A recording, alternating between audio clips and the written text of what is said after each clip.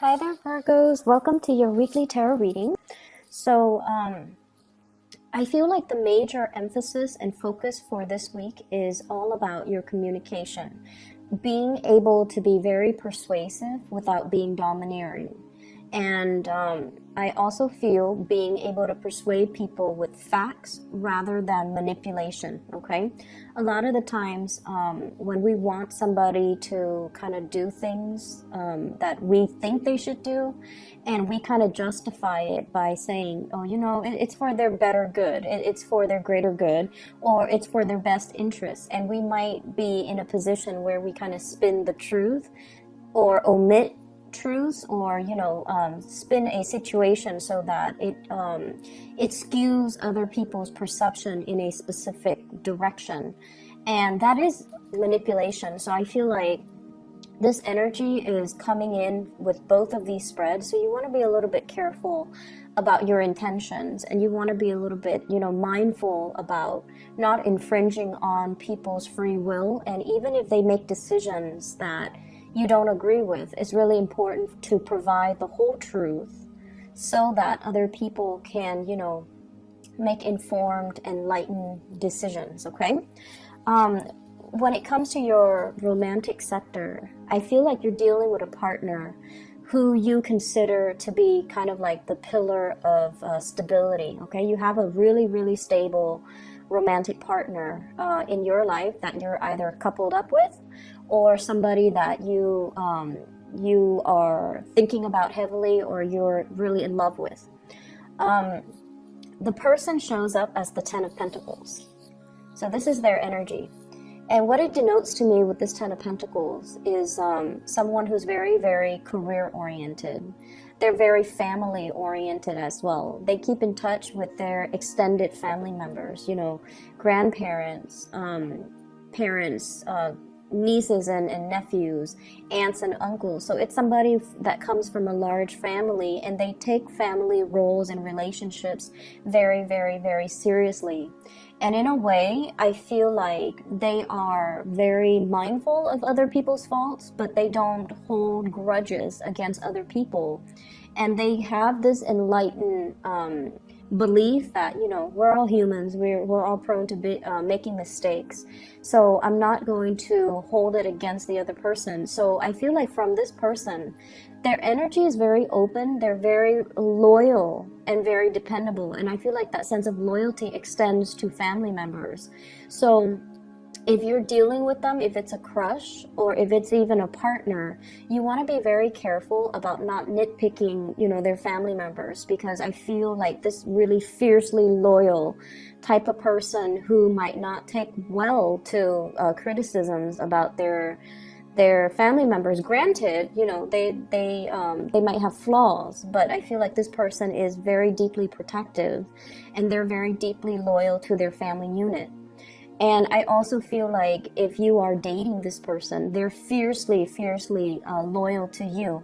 I don't sense possessiveness. I don't sense control issues. But I do feel like this is a person that doesn't take relationships lightly.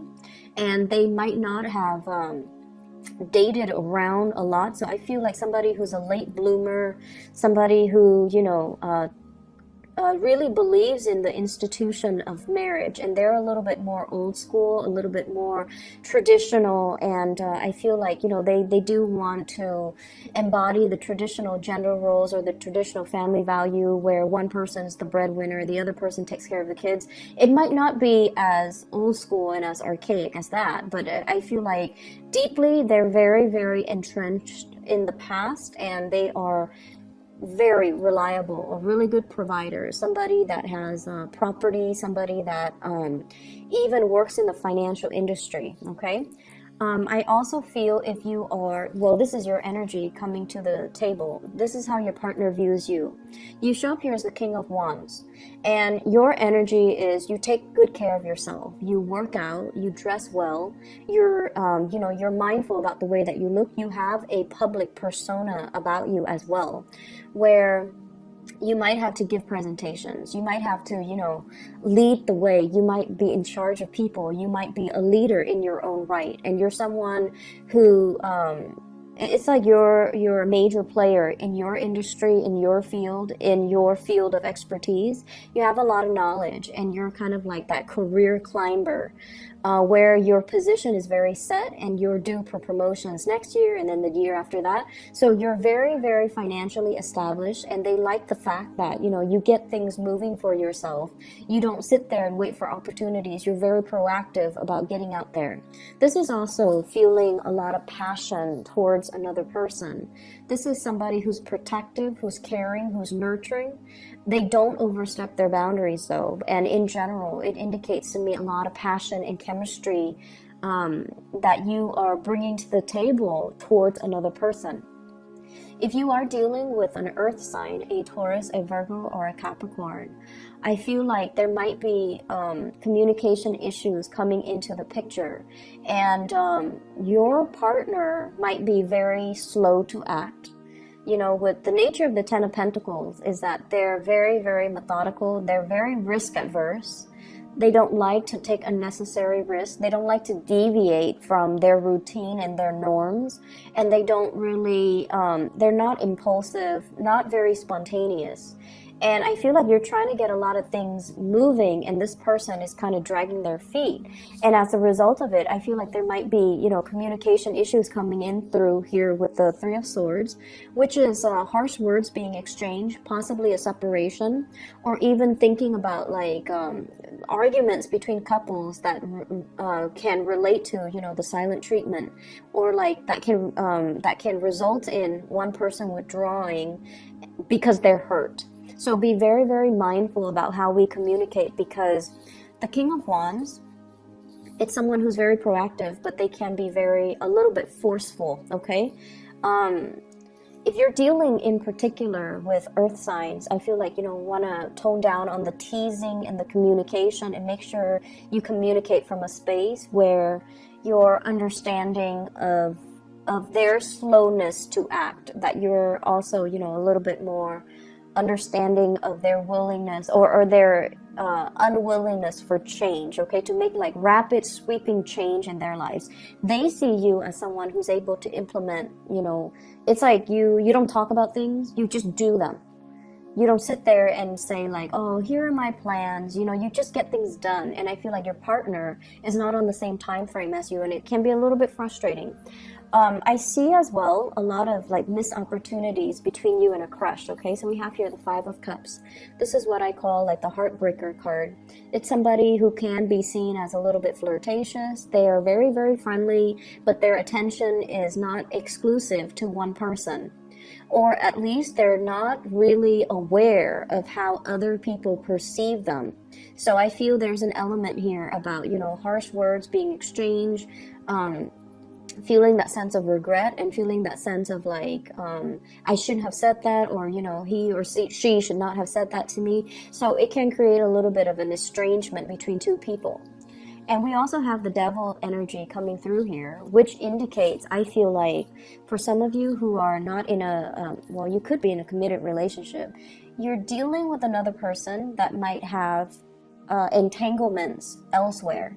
Okay, so they might have a family, they might have, you might find out this week, like somebody you're interested in is already in another relationship. If they've been flirting with you hardcore, then, you know, I feel like you're going to put a stop to that. I don't see third party meddling, but I do feel like there's a presence of third parties, and it's indicated with the Ten of Pentacles, which is a family card, as well as the Devil, which indicates really strong attraction to another person, but it's not really seeing the light of day here with the Three of Swords, mainly because somebody is engaged, married, in another relationship, or, you know, coupled up with somebody else, or they have other arrangements that's disallowing you to come to them, or disallowing them to come forward to you, and for the two of you to come together and date. The other areas that I'm going to touch on here is, I feel like for many of you, there's a sense of like self-consciousness, being self-conscious, feeling like anxiety, and I feel like it's in the realm of public speaking. Okay, many of you have high levels of education, so I feel like the majority of people who are watching this you guys have like a high level of education, and it's indicated here with the magician. This is somebody, I feel like, you know, it's somebody who has a mastery over many subjects. So you might have a master's degree, you might have a PhD, you might have a bachelor's degree, you might have multiple certificates, might have multiple degrees. And I feel almost like you're trying to find ways in which to make use of all your skills, okay? And you're trying to, as well, I feel, reach out to a larger demographic.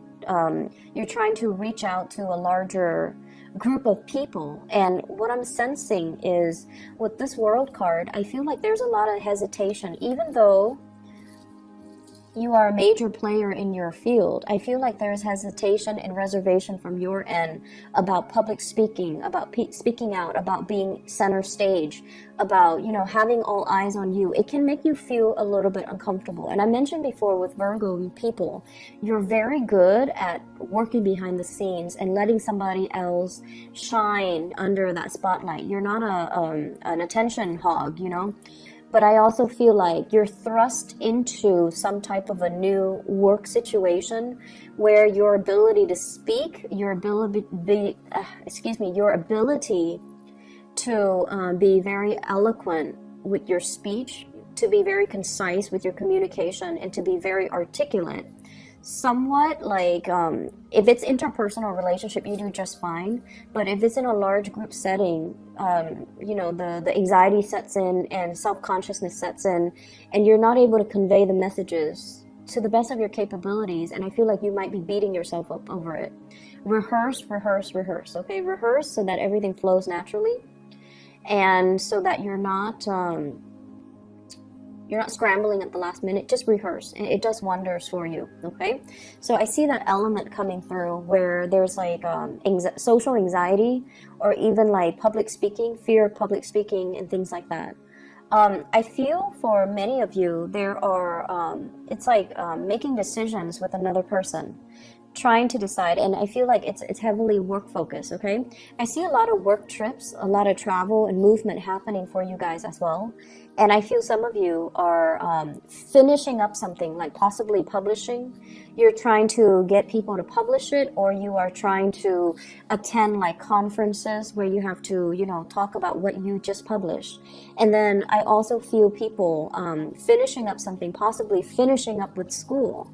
And then traveling to, you know, for job interviews, traveling to try to find financiers or funding for some type of project.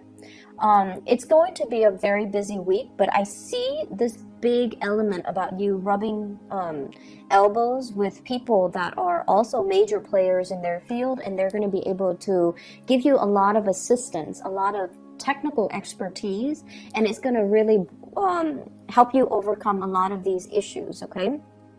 So I hope the reading is helpful for you guys, Virgos. Take care of yourself, and I'll be back next week, okay? Bye-bye.